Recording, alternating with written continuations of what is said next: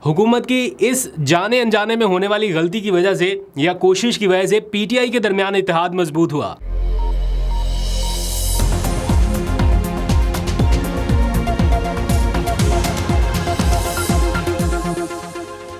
बिस्मिल्लाहिर्रहमानिर्रहीम, अस्सलाम वालेकुम। पाकिस्तान और दुनिया भर में देखने और सुनने वालों को अब्दुल कादिर का सलाम।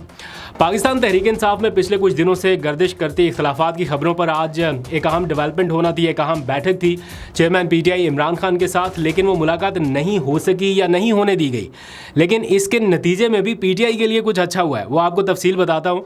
लेकिन उससे पहले ज़रा सा सुप्रीम कोर्ट का अहवाल आपको बता दूँ, क्योंकि आज की मेन खबर तो सुप्रीम कोर्ट से ही आई है, जिसके ऊपर टॉक शोज़ हो रहे होंगे, हेडलाइंस भी वहीं से है। क्योंकि सुप्रीम कोर्ट ने इलेक्शन ट्रिब्यूनल्स की तश्कील के ख़िलाफ़ जो इलेक्शन कमीशन की दरख्वास्त थी, आज उसके ऊपर समाअत की और लाहौर हाई कोर्ट का फ़ैसला मुअत्तल कर दिया है। वो फ़ैसला मुअत्तल किया गया जिसके नतीजे में पंजाब भर में ट्रिब्यूनल्स कायम कर दिए गए थे इंतखाबात में धांधली की तहकीकात के लिए। और अब आज के फ़ैसला मुअत्तल होने के नतीजे में पंजाब के जो 8 ट्रिब्यूनल्स थे वो अगली समाअत तक गैर फ़ाल हो गए हैं। सुप्रीम कोर्ट के 5 रुकनी बेंच ने चीफ जस्टिस काजी फ़ाइज़ ईसा की सरबराही में आज समाअत की और ट्रिब्यूनल्स को काम से रोक दिया है। हालांकि बेंच में शामिल जस्टिस जमाल मंदोखेल ये कह रहे थे कि अगर मैं chief justice Lahore high court की जगह होता तो वही करता जो उस वक्त के चीफ जस्टिस शहजाद मलिक ने किया। अब तो उन्हें लाहौर हाई कोर्ट से यहाँ पर सुप्रीम कोर्ट में भेजा जा चुका है ना, लेकिन जो उस वक्त का उनका फ़ैसला था उसको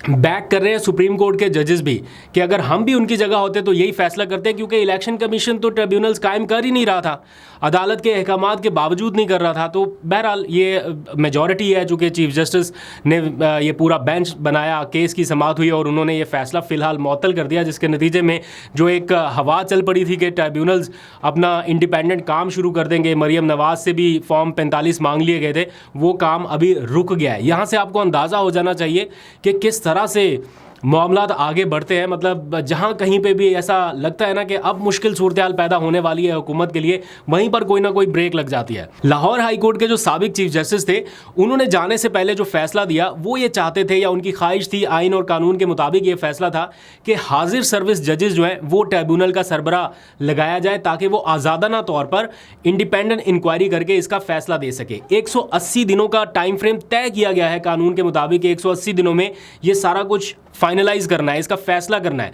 लेकिन आप देखें ट्रिब्यूनल्स के आगे कोई पेश कर रहा है अपने फॉर्म 45? 100 बहाने हैं। ट्रिब्यूनल्स कहता है जनाब फॉर्म 45 लाएं, जो हारे हुए हैं, जो शिकायत लेके गए हैं वो तो दिखा देते हैं, लेकिन जो बेनिफिशरी हैं, जो फॉर्म 47 के मुताबिक जीते हैं, वो कहते हैं कि जनाब ये तो ट्रिब्यूनल यकतरफा कार्रवाई कर रहा है, इसके तो जज को तब्दील कर दिया जाए। और फिर इलेक्शन कमीशन ये चाहता है कि वो ये ट्रिब्यूनल खुद कायम करे, ना सिर्फ खुद कायम करे बल्कि हाजिर सर्विस जजेस की बजाय रिटायर्ड जजेस पर मुश्तमिल हो। अब आप खुद अंदाज़ा लगाएं कि एक आसान सा मामला है कि धांधली की तहकीकात करनी है, इसमें क्या ऐसी मुश्किल है कि अगर आज़ाद जजेस या हाजिर सर्विस जजेस पर मुश्तमिल ट्रिब्यूनल सुन ले, इससे इलेक्शन कमीशन को क्या प्रॉब्लम हो सकती है? लेकिन नहीं जी, हमने खुद लगाने हैं ट्रिब्यूनल और लगाने भी रिटायर्ड जजेस हैं। और ये फरमाइश कहाँ से आई है, ये इख्तरा शुरू कहाँ से हुआ, मामला कहाँ से शुरू हुआ? क्योंकि हुकूमत जो है वो भी इसी लाइन और लेंथ पर है और वो ऐसी कानून साजी कर रही है पार्लियामेंट के ज़रिए कि जनाब रिटायर्ड जजेस का ट्रिब्यूनल बनाया जाए। आप अंदाज़ा करें, जिसके नुमाइंदों के ऊपर, जिस पार्लियामेंट के नुमाइंदों पर फॉर्म 47 का इल्ज़ाम है, वो खुद ऐसी कानून साजी कर रहे हैं कि उनके खिलाफ शिकायत की तहकीकात हाजिर सर्विस जजेस ना कर सके। क्या वजह हो सकती है, क्या ऐसी मजबूरी हो सकती है कि रिटायर्ड जजेस से ही इंक्वायरी करानी है? जो बंदा रिटायर्ड होके घर जाके बैठा है, जिसको सिर्फ पेंशन मिल रही है, अगर आप उसको कहें कि जनाब आप आइए, आपको नई मुलाजमत, नई मराद, नई सारा कुछ देते हैं और उसको अपॉइंट भी हुकूमत ने करना है, वो मातहत भी एक तरह से हुकूमत के होगा, क्या वो हुकूमती अराकीन के खिलाफ तहकीकात कर सकेंगे? इस तरह से अरकान असम्बली से लेके सेनेट से लेके सदर मुमलिकत तक सबके सब ऐसी कानून साजी कर रहे हैं, क्योंकि सबका वजूद पार्लियामेंट की कोख से होता है। नीचे से लेके ऊपर तक हर इलेक्शन इस वक्त मुतनाज़ हो रहा है। कौन मानेगा कि जनाब ये सदर मुमलिकत का इलेक्शन ठीक हुआ, सेनेट इंतखाबात ठीक हुए, क्योंकि इनकी जो बेस है वो है ही सारी फॉर्म 47। और जहां पर जल्द फैसले होने चाहिए वहां पर गैर ज़रूरी ताख़ीर कैसे होती है, इसकी एक और मिसाल मैं आपको सुना के फिर आगे चलता हूं ज़रा अडयाला जेल और इमरान खान से मुलाकातों के हवाले की तरफ। उसकी एक रीसेंट एग्जाम्पल इद्दत केस है। मतलब इस्लामाबाद हाई कोर्ट ने हुक्म दिया ट्रायल कोर्ट को कि जनाब आप 10 जुलाई तक बरियत का फ़ैसला करें। अब खाबर माने का, उनका ग्रुप, वकला, उन सबको टेंशन पड़ी हुई है कि जनाब अदालत ने ऑर्डर दिया हुआ है कि ये फ़ैसला करना है 10 जुलाई तक, तो 10 जुलाई को तो फैसला हो गया, दैट मीन्स कि फिर तो बरियत कंफर्म है, मतलब इस फैसले को आप लिंगर ऑन नहीं कर सकते। तो अब वो क्या कर रहे हैं, टाइम खींचने के लिए उन्होंने 1 माह की जो डेडलाइन है ना उसको ख़त्म कराने के लिए इस्लामाबाद हाई कोर्ट वापस रुजू कर लिया है और अपने वकील के ज़रिए रिजवान अब्बासी के ज़रिए दरख्वास्त दायर किया है कि 1 महीने की जो डेडलाइन दिया जज ने वो ख़त्म कर दी जाए और जज साहब के ऊपर बड़ा प्रेशर है, इनको आज़ादाना हैसियत में काम करने दिया जाए और जब तक ये चाहें इसको खींचे। मतलब एक बार ये पूरा केस ट्रायल कोर्ट से गुजर चुका, कंक्लूड हो गया, रिजर्व हो गया फैसला और एंड पे जज साहब ने कहा कि मैं नहीं सुना था, कोई और अदालत इसको सुन ले। फिर ज़ीरो से शुरू हुआ। तो अब अगर अदालत कहती है कि इसको इतने टाइम फ्रेम में मुकम्मल कर लें, तो अब चले गए अदालत कि नहीं जज साहब के ऊपर प्रेशर आ गया है इस तरह से, तो इनको ये जो टाइम की पाबंदी है ये ख़त्म कर दी जाए। ये इस वक्त हो रहा है और कोई बईद नहीं है कि ये हो भी जाए फैसला और अदालत ये टाइम की जो पाबंदी है ये ख़त्म कर दे और कहे कि ठीक है आप अपने हिसाब से चले और फिर ये लंबा चलता रहे। खैर आगे बढ़ते हैं। पीटीआई में इख्तलाफात निपटाने के लिए आपको पता है अडयाला में एक आज अहम बैठक होना थी, लेकिन नहीं हो सकी क्योंकि जेल हुकाम ने पीटीआई क़यादत को आज इमरान खान से मुलाकात की इजाज़त नहीं दी। उमर अयूब के इस्तीफ़े के ऊपर आज बात होना थी। फिर पार्टी की ग्रुपिंग के हवाले से इमरान खान ने कुछ अहम सरकर्दा रहनुमाओं को बुलाया हुआ था ताकि उनको एक बार गाइडलाइंस जो है वो दे दी जाए। जुनेद अकबर थे, शांदाना गुलजार थी, शहरियार आफरीदी, रऊफ़ हसन, शिबली फराज, ये वो सब लोग थे जिनको आज डायरेक्शंस बाकायदा तौर पर मिलनी थी कि पार्टी में कोई ग्रुपिंग वाला तासुर ना जाए। 4 घंटे तक ये लोग कोशिश करते रहे, इसके बावजूद उनकी मुलाकात नहीं हुई और फिर उन्हें ये कहा गया कि जनाब नहीं इजाज़त दे सकते क्योंकि ऑर्डर है कि नहीं मुलाकात हो सकती। बकौल उन्होंने जो बताया कि जनाब हमें ये बताया गया कि ऑर्डर है नहीं मिल सकते। हालांकि इस मुलाकात की इजाज़त इस्लामाबाद हाई कोर्ट ने दी है। अदालती ऑर्डर के नतीजे में ये मुलाकात होना थी, लेकिन जो जेल इंतज़ामिया है उन्होंने मना कर दिया और आखिर में ये सब लोग वापस लौटे। लेकिन वापस लौटने से पहले ये जिनके ऊपर ऐसा तासुर था ना कि ये कोई ग्रुपिंग कर रहे हैं या इनमें कोई इख्तलाफात हैं, इन सब लोगों ने हाथों में हाथ डाल के इत्तेहाद का पैगाम दिया। नाराज़ भी थे, गुस्सा भी थे कि मुलाकात नहीं करने दी गई क्योंकि शहरियार आफरीदी अक्सर ऐसे हमने टीवी शोज़ में देखा या कहीं बयान देते हुए नज़र आए कि उनकी इमरान खान से मुलाकात नहीं कराई जा रही, कौन नहीं कराने दे रहा, इसके बारे में उनको खुद आइडिया नहीं था।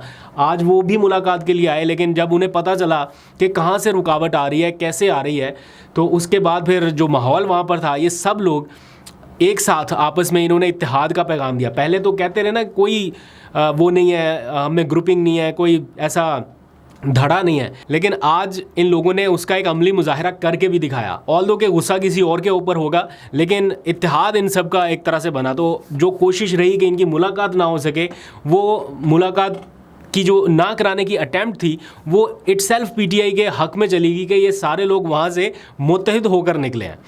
तो पैगाम इन्होंने जो दिया है वो ये है कि ना हम झुकेंगे, ना बिकेंगे और ना तकसीम होंगे। आगे बढ़ते हैं। 6 जुलाई को यानी एक दिन के बाद इस्लामाबाद में एक जलसा होने जा रहा है जिसमें एक्सपेक्ट ये किया जा रहा है कि पीटीआई की सारी लीडरशिप, फिर तहरीक तहफ़्फ़ुज़ आईन पाकिस्तान की लीडरशिप, महमूद अचकज़ई और बाकी सारा ग्रुप जो है इस वक्त पीटीआई के इत्तेहाद में, वो सारा शामिल होगा। इस जलसे के लिए पहले तो एनओसी नहीं मिल रहा था, अदालत गए, बड़ी लंबी चौड़ी तगोदो करने के बाद बड़ी मुश्किल से जाके इनको इजाज़त मिली आज, वो भी अदालती इंटरवेंशन से। आज एनओसी जो है वो अदालत में पेश किया गया, पीटीआई के किसी बंदे के हाथ में नहीं थमाया, उन्होंने अदालत में बताया कि जनाब हमने इनको तरनौल में जलसे की इजाज़त दे दिया। तरनौल भी ऐसा इलाका है जो कि जैसे परेड ग्राउंड में है या डी चौक में, वैसा तो नहीं है, बट स्टिल कहीं ना कहीं उनको पीटीआई के लोगों को लगता था कि हम यहाँ पर एक अच्छा पावर शो कर सकते हैं। लेकिन जो इस्लामाबाद के सदर थे पीटीआई के, जो करता धरता है, जिनके ज़िम्मे सारा मामला था, आमिर मुग़ल, वो आज फिर गिरफ़्तार हो गए। ये रीसेंट टाइमलाइन में मैं अगर मुझे जो याद पड़ता है वो कोई चौथी बार गिरफ़्तार हुए। एक बार जब पीटीआई के दफ्तर को गिराया जा रहा था उस वक्त उन्हें गिरफ़्तार किया गया, एक एहतजाज शुरू किया तब गिरफ़्तार हो गए, रिहा होकर वापस आए, फिर एहतजाज था, फिर गिरफ़्तार। तो इस किस्म की ये सिचुएशन है। तीसरी चौथी बार उनकी इस रीसेंट टाइमलाइन में कोई 1 आध महीने में गिरफ़्तारी हो गई है। तो एक तरफ हुकूमत पीटीआई को मुज़ाकरात की दावत भी दे रही है कि बैठें बात करें, और साथ साथ गिरफ़्तारियाँ भी जारी हैं। तो इस किस्म के माहौल में कैसे मामला आगे बढ़ेंगे, कैसे बात चलेगी? हुकूमत तो दावत दे देती है, पीटीआई के लोगों से पूछे तो वो कहते हैं कि ऐसे कैसे। वो फिर रऊफ़ हसन अपने निशानात दिखाते हैं कि इन हालात में कैसे बातचीत करें। तो बहरहाल कहीं ना कहीं जस्टिफाई करता है। फिर हुकूमत ने क्या किया है कि इन सारे मामलात की उनको फ़िलहाल कोई इतनी ज़्यादा परवाह नहीं है। IMF को राज़ी करना इस वक्त उनका मिशन है, और इस चक्कर में उन्होंने आवाम को महंगाई के तख्ते के ऊपर लिटा दिया एक तरह से। वो महंगाई वाले मसले के ऊपर ना कोई अपोजिशन में मौसर आवाज़ है। इमरान खान होते तो थोड़ा मामला अलग होता, वो तो ज़रा एक प्रेशर बना के रखते हैं अपना एज एन अपोजिशन, लेकिन अब ऐसा कोई मामला है नहीं। पहले बजट आया, महंगाई दुगनी हो गई। अब आपको पता है बिजली के जो बिल हैं वो किस किस्म के आ रहे हैं, बिजली की कीमतों में कैसा होशरुबा इजाफा हो रहा है, मतलब दुगना टैरिफ हो गया। इमरान खान के दौरे हुकूमत में जो टैरिफ था वो अब दुगना हो चुका है और अभी तक उसमें इजाफा जारी है। मतलब मुसलसल झटके जो हैं वो बिजली के बिल से आपको आ रहे हैं। और फिर 7 रुपये फ़ी यूनिट तक जुलाई की कीमतों में इजाफा कर दिया, या पता नहीं उसकी नेपरा के पास चला गया मामला, हो जाना है वो भी कुछ दिनों में। तो बड़ी मुश्किल सूरत हाल है और इसको कंट्रोल करने की बजाय वो लगाया हुआ है जनाब 100 दिन की कारकर्दगी। पंजाब हुकूमत ने क्या किया, पूरी इश्तिहारी मुहिम चल रही है। मैं कहता हूँ आपको कोई इश्तिहारी मुहिम चलाने की ज़रूरत नहीं है, कोई सर्वे करने की ज़रूरत नहीं है। आप ज़रा सा माइक लेके बेशक आप पीछे रहें और 4 लोगों को आगे करें, इंडिपेंडेंट लोगों को आगे कर दें, माइक लेके कि आवाम में निकलें और तासुर रिकॉर्ड करें, आज़ादाना शोज़ रिकॉर्ड करा लें और फिर आप लोगों की राय सुने। आप कांप जाएंगे सुन के लोगों के जज्बात, आपको पता चलेगा कि क्या हालात हैं लोगों के, किस कर्ब में और किस दर्द में इस वक्त गुजर रहे हैं।